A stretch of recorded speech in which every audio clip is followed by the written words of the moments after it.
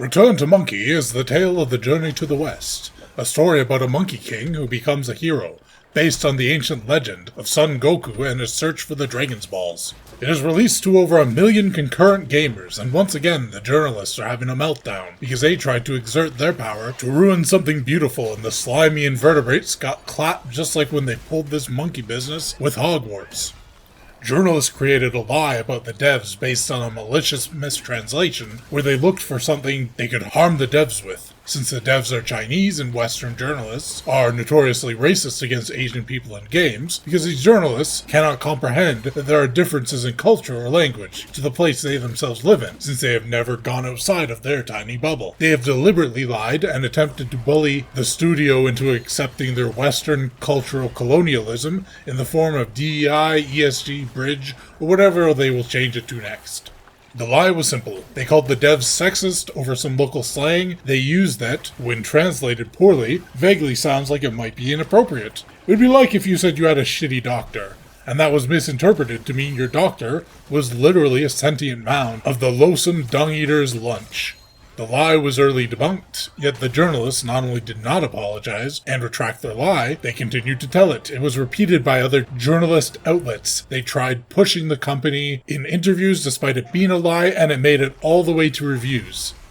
Journalists refused to apologize, to retract, to address the lies, to call each other out for it, and instead kept spreading the misinformation and hoped nobody would notice. And this lie was not some innocent thing. It is meant to create and focus hatred on the Chinese developers, and it worked. Not only being regularly repeated by activist journalists, but the game science office was broken into and vandalized because of this, meaning actual damage was done by one of the journalists' ideological cultists. This not only put the studio's reputation in danger, but could have escalated to harm and violence. This statement needs to be repeated. The deliberate, intentional lie spread by journalists resulted in acts of violence, which the journalists not only did not apologize for, but they continued to repeat the lies that led to the violence long after they had been refuted. Remember that journalists knowingly incited violence against game devs next time they try to pull some moral grand standing. But why? Why are journalists so focused on bringing down Wukong? Well, they're not the only ones being targeted. Journalists and activists have targeted Stellar Blade by a Korean studio. They targeted Square Enix, a Japanese studio, over Aerith and Tifa being too attractive in Final Fantasy VII. They regularly target MiHoYo over Genshin Impact, Honkai Star Rail, and lately, a boycott during the launch of Zenless Zone Zero, where they carried out the most retarded boycott in gaming history, where one of the requirements did not include stopping playing the game, and where they both complained about fictional characters not having dark enough skin for the fictional zone they live in, and also complained that MiHoYo had hired real-world black people. There are several reasons. The most broad reason is the loss of power. Journalists have lost all the power in respective gamers, but they still have power over studios, mostly due to HR and DEI departments inside studios having hired like-minded social-political soldiers who have infected most of Western AAA gaming corporations. Their power is dwindling due to influencers on social media, since these people are able to use their own means of production, and through their own skill and talents, have gathered interested gamers to listen to them, while journalists are utterly devoid of any talent, ethics, or passion, and rather than cultivating a trusting audience of gamers, have gone out of their way to antagonize the only people who could save them, and thus can only survive in an industry where they are backed by a massive capitalistic corporation. So they will thrash and lash out until they activism themselves out of not only a job, but an entire industry. However, Wukong let us in on something more than anyone expected. We all are aware of government-backed political consulting firms that ruin games and are hired to root out non-believers and destroy their lives in gaming companies, while pushing propaganda everywhere they can. What we did not realize is how many more there are than just SBI, and that they blackmail companies, sometimes for absurd amounts. Game Science was allegedly blackmailed by one such consulting firm for $7 million. And when they refused the extortion fee that would allow the consultant to siphon valuable money from the project, while also forcing in DEI checklist values where they don't belong, Game Science refused to pay. When we discovered this, The expectation would be that media sites with consultant firm contacts would be utilized to smear and attack the developer, and like clockwork, that is exactly what happened.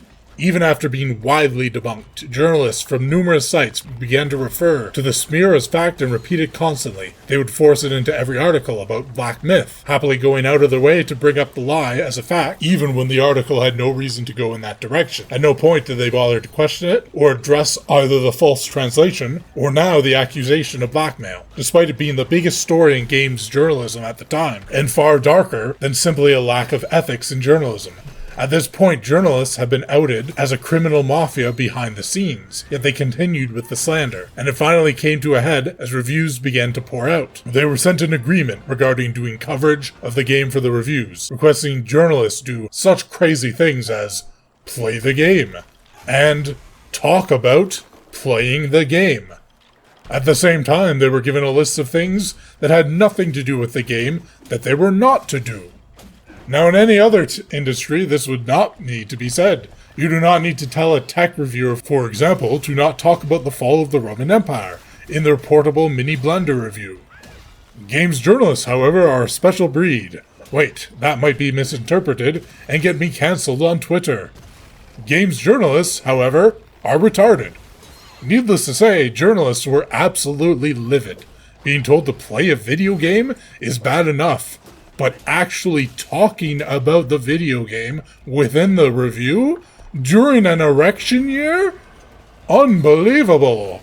Screen Rant became very angry because the game doesn't have enough diversity and inclusion.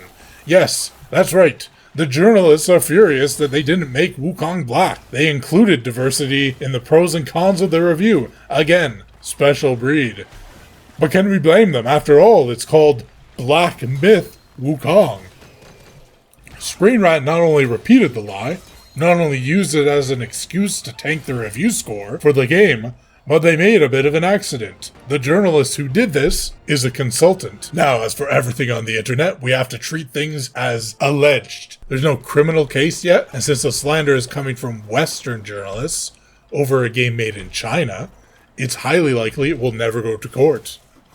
But the journalists have been standing outside the building with gasoline and matches, screaming that the people inside deserve to be burned alive, letting us know they plan to set the place on fire, have done so before when other buildings, such as Hogwarts, were set on fire, and so when the building goes up in flames, and we see the journalists running away, even if we didn't see the moment they lit the match, we would have to be completely IGN-grade ignorant to not realize it's the well-known arsonist that set the fire. I want you to keep this in mind about journalists. Their industry is falling apart, and they will do anything to make money. They have been openly targeting Asian gaming companies for years. They were accused of blackmailing the Wukong developers. They spread a malicious mistranslation to paint the studio in a bad light. They repeat the misinformation even after it has been widely debunked, and everyone knows what the journalists are doing. And they have completely ignored being caught in a lie, not only refusing to address it, but also none of the journalism corporate cartel has tried to hold the other to account, which is a constant issue with journalistic integrity. These journalists never hold each other to any level of ethics and act as a hive mind.